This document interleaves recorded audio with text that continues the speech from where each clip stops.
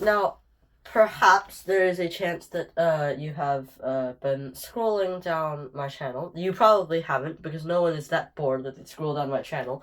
But if you were to do that, you would find a video that I uploaded, I don't know, like a couple months back, like maybe half a year back, and it was about this equation. And I spent about an hour solving for the exact value of this equation. And now that I look back at it, I really do not need. I really did not need that 1 hour, because I spent a lot of time because the basic idea when I evaluated this one last, it was basically to use the complex and real parts of the zeta function, the Riemann zeta function, for with complex inputs. And I got something that is related to this, but I also spent about a half an hour going on rants on something completely else that I really did not need to. So I ended up spending a lot of time just doing pretty much nothing. Which is why I've returned to this equation, and I will be revising it, giving it a better solution, and basically explaining the idea behind this. And let's get started, because just because I said that a lot of that video was wasted, it doesn't mean that it'll be very easy. This will probably be like a 20-minute to 30-minute video. But let's begin. Okay. So like I said before, the previous video I did, it concerns the real and imaginary parts of the Riemann zeta function with complex values, complex inputs. So, if we're just going to recall what the Riemann zeta function is, the Riemann zeta function of, usually it's written S, is the sum, n starting from 1 up to infinity, of n to the s, over 1, 1 over 1. And mathematicians had the bright idea of plugging in complex inputs into this. So, to begin, we're going to consider x plus iy on this, and this is equal to the sum n from 1 to infinity of n to the x plus iy over 1, like that.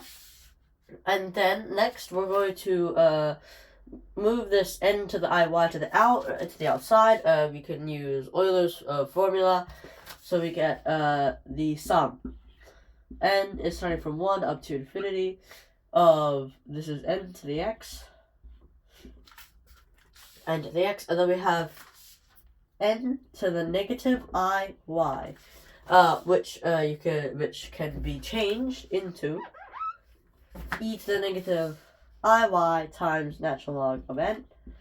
And then you can then use Euler's formula to change this, so we get this is the cosine of y, natural log of n. And then we have minus I times the sine of y, natural log of n. Right. Now what we're going to do, we're going to split this up into two different sums. One which is the real part, and then one being the imaginary part. So we have n to the x. We have the cosine over 1 cosine of y, natural log of n. And then minus I times the sum n is equal to 1 to infinity of sine of y, natural log of n, over n to the x. Righty, so this is the two parts of our Riemann zeta function. And I'm going to call this, I'm going to give these names, because we're going to be referring to these a lot. This one we're going to call S, right? S for sum. And then for this one, what is a letter that is similar to S? T. It's just, these don't matter, right? They could be any letters. This is just for reference purposes. Now, actually, and just to make it more clear, perhaps we should make this side, move this negative to the inside. Should we do that? I don't think that's required, but it might help. Yeah. So, we now have the zeta of x plus iy is now equal to capital S plus I capital T. This is our new expression. Now, we are going to switch to polar coordinates, which is that this is now equal to some radius or some some distance from the origin, r, which, by the way, it is written the absolute value of the zeta. And from now on, whenever I write zeta without any inputs, it's x plus y. So the absolute value of zeta, and then e to the I, the argument of zeta. And these two could be expressed using standard functions with respect to s and t. So this is equal to the square root of s squared plus t squared times e, which I'm going to write as exp. Some people write it like that. I times the arctan of, I believe it is t over s. So this is our new equation for the Riemann zeta function for some, complex input. What we are interested in, because we're trying to evaluate this sum, is, strictly this part. Is square root of x squared plus t squared. So, the absolute value of the zeta, excuse me, I have a bit of a cough, is equal to the square root of s squared plus t squared. Now, I'm basically just going to plug in these two formulas. And I realize now, this thing, it doesn't really matter, because once you square something, the negative doesn't do anything. It's the same value. The x squared is an even function. Right, so we have the square root of the square of this. And here, I'm going to write it like this. I'm going to write it as a double sum n starting from 1 up to infinity, and the sum k equals 1 up to infinity of n to the x, k to the x. And then we have a cosine of y natural log of n, the cosine of y natural log of k. And you can sort of explain to yourself why this is true, because these two are separate, so you could drag one sum out of the other, and then you notice that once you change the variables, it's basically the same sum, and then a sum times itself is just the square, so this is true, okay? And then we have, I'll get rid of this. Get rid of this. I guess I'll get rid of that as well, because that's not important. And then we have plus t squared, which I'm going to do pretty much the exact same thing. We're going to do the sum, n starting from 1 up to infinity.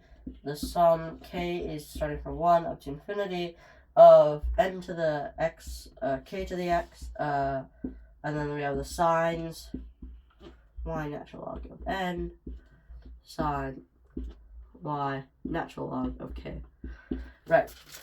And then a long, very long square root. So this is our absolute value of our zeta function. And what we're going to do, we're basically going to combine these two sums, basically. Now, we get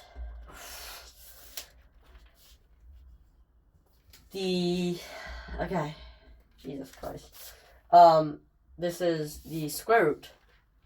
Not the square, the square root, but the sum, and it's starting from 1 up to infinity.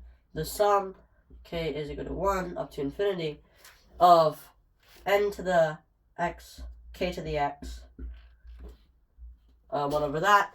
We have the cosine, y natural log of n, the cosine of y natural log of k.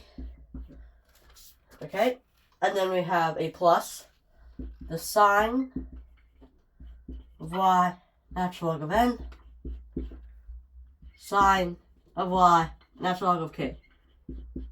And if my voice sounds tired and weary, it's because I probably am, because this is a very long expression for the absolute value of the zeta. But it's going to clear up in a little bit. Because we're going to invoke a sort of trigonometric identity. Let's remove this because, well, we know what this is about. This is the absolute value of the zeta. This is the absolute value of the zeta. Right. I guess I'll remove. I'll remove this as well. Okay. Cool. Let's consider the cosine, the sum of cosine angle property. We have the cosine of two values, a plus b. Now this is equal to the cosine of a, the cosine of b, minus sine of a, sine of b. Now, this is very reminiscent of this identity, except here we have a plus and then a minus. But we could solve that because, well, cosine is an even function, so if you plug in negative x to cosine, it's the same as positive x. However, sine is an odd function, so if you plug in minus something, you get minus the sine of something. So let's change this plus to a minus. We have a minus b. Then this will be minus, and minus will become a plus, and then now we have our initial equation. But because in the original equation, k is up top and n is in the bottom, instead, I'm gonna switch these around, pretty much. So, we get this is equal to the square root. And I realized before I was writing down, now I'm writing up, because, I guess. Why not, I guess. We have the sum, the double sum. N, comma k, equals 1 to infinity. This is just a simpler way to write it, I guess. N to the k, n to the x, k to the x. The cosine of. Then technically it doesn't matter which one is subtracted from the other, right? But like I said before, k is at the top of the fraction. So if you were to split this, we have natural log k minus natural log of n. So I'm going to set a to be natural log of k and b to be natural log of n. So I have y natural log of k over n. Again, it doesn't matter, right? You could have n over k, and it doesn't really affect anything. So this is our current sum right now, and this is all done in the previous video, right? I'm just re-deriving it for the sake of reminders, I guess. So this is all territory that I've already explained. Now, what I'm going to do is, just like in the previous video, I'm going to consider a sort of plane of values of n and k. So it's like the xy plane, but with n and k. And for this one, I am going to I'll write the absolute value of zeta here, I guess. Remove these because this is gonna take a big chunk out of the whiteboard. Okay, cool. So yes, this is just a sort of function of n and k. So I'm going to call it a, n, and k respectively. And this is the sum, the double sum of a, n, and k. So now what does this look like, right? This is equal to a 1 1 plus a 1 2 plus a 1 3 plus, and then all the way down. And then we have plus a 2 1 plus a 2 2 plus a let's see, 2 3 plus, and then all the way down, and then plus, I'm gonna do one more line, a 3 1 plus a 3 2 plus a 3 3 plus dot dot dot, and this goes to dot dot dot as well. So this is basically our representation of this thing, of our sum.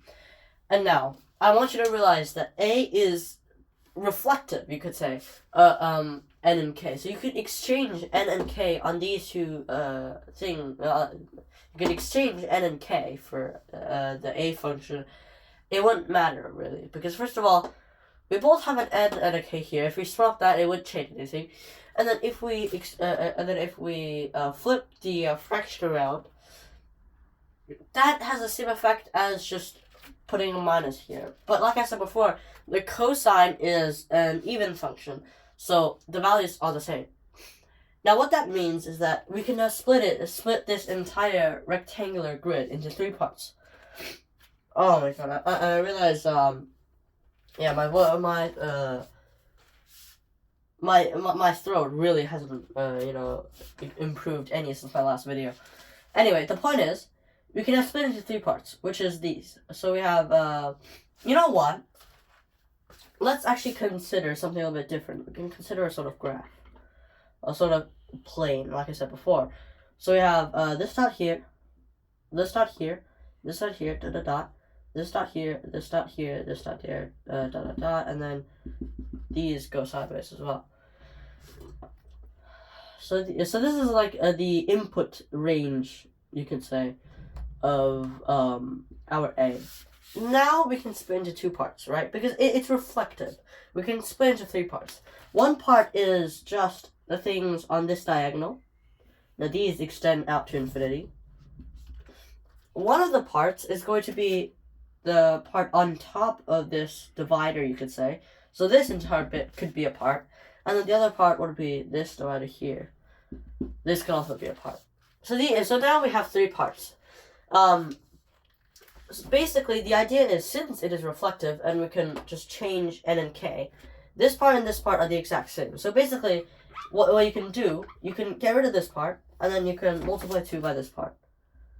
So the sum over these inputs, just multiply by 2, and then you get the same result because it's reflective. And then we have this diagonal, or this divider here. This is the cases where n and k are the same. But when n and k are the same, k over n is just 1, and natural log of 1 is 0, so cosine of 0 is 1. We just have this part here. So this is what we have. And now we have that this is the square root of the sum. So here, n and k are the same. So in theory, we only really need one variable. It's you can say it's the x coordinate of these couple of dots. So we only need n. N is equal to 1 to infinity, and then, like I said before, n to the x times itself is n to the 2x. That doesn't change. And the cosine, this entire cosine bit here just vanishes to 1, so it doesn't really matter. And then we have a plus. So like I said before, because it's reflective, the sum of this part and that part is just 2 times this part. Now what is this part? Oh, and I realized I flipped it the wrong way around. It should be, you don't need this part. Excuse me. I did it the wrong way around. It's supposed to be like, all you care about is this part, and this is times 2. I realize I've done this the wrong way around, but I digress. Plus 2 times the sum, n is starting from 1 up to infinity, and here is just the x coordinate, by the way. I should probably write that down, n and k respectively. Ow! Whoops. Jesus.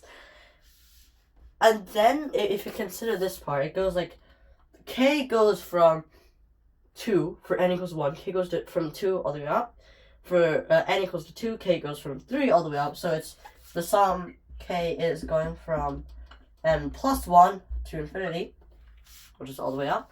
And we have our a and k right here. But yeah, just notice that a and k is just this top part. So really what we're looking for is this. Close this part. And now this part is just the zeta function at 2x. Okay, so that's all cool. This part is 2 times the sum that we originally wanted.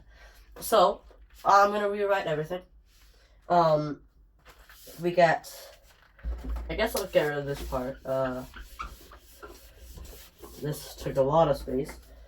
Right, so we have the absolute value of the zeta of x plus iy is equal to the square root of zeta of 2x, and then plus 2 times our original, I keep running I because I'm used to solving integrals, but in theory it should be our original sum, which I'm going to define as, is there any sort of good letters? W. No idea why, it's just W, I guess. 2W. And now we want to solve for W, so this is pretty easy. We get zeta of 2x plus 2w is equal to the absolute value of zeta squared. And then drag this to the other side and multiply by 1/2. We have w, our original sum, is equal to 1/2 the absolute value of the zeta of x plus iy. And I'm going to write it full this time because this is the actual answer, squared minus zeta of 2x. Now, last video, I went on a completely different route. So basically, this is already done, right? This is our sum. It's basically done. So in the previous video, my problem was that I still calculated the other part. So if you recall, zeta was this absolute value of zeta times the exp of I argument of zeta. And I said that the argument of zeta, did I write this? I don't think I do. I don't think I did. But the argument of zeta is I times the arctan of, if you recall the two sums before, I think it was T over S. Right? So, in the previous video, I went through the entire hassle of solving this part just to arrive that this part is equal to, I think it was, it's zeta over the absolute value of zeta, which I guess should happen because zeta is equals to the absolute value of zeta times this entire chunk. But the point is, last time I spent way too long of a time, evaluating the arctan for complex arguments, putting them in exponentials, and then solving through the sines and cosines of Euler's formula. It was just overall a mess, and I realized that I honestly shouldn't have spent an hour just talking about this. And when, you can skip all of that. None of this is important. All we care about is the absolute value of the zeta. So this video is more like just to set the record straight. This sum is nowhere as intimidating as the 1 hour, but I do think it's a pretty interesting sum nonetheless. Anyway, like I always say, I hope to see you guys next time, even though I cannot make any proper plans on when I'm gonna next upload. The point is, I hope I will, and when I do, I hope I'll see you there. Bye.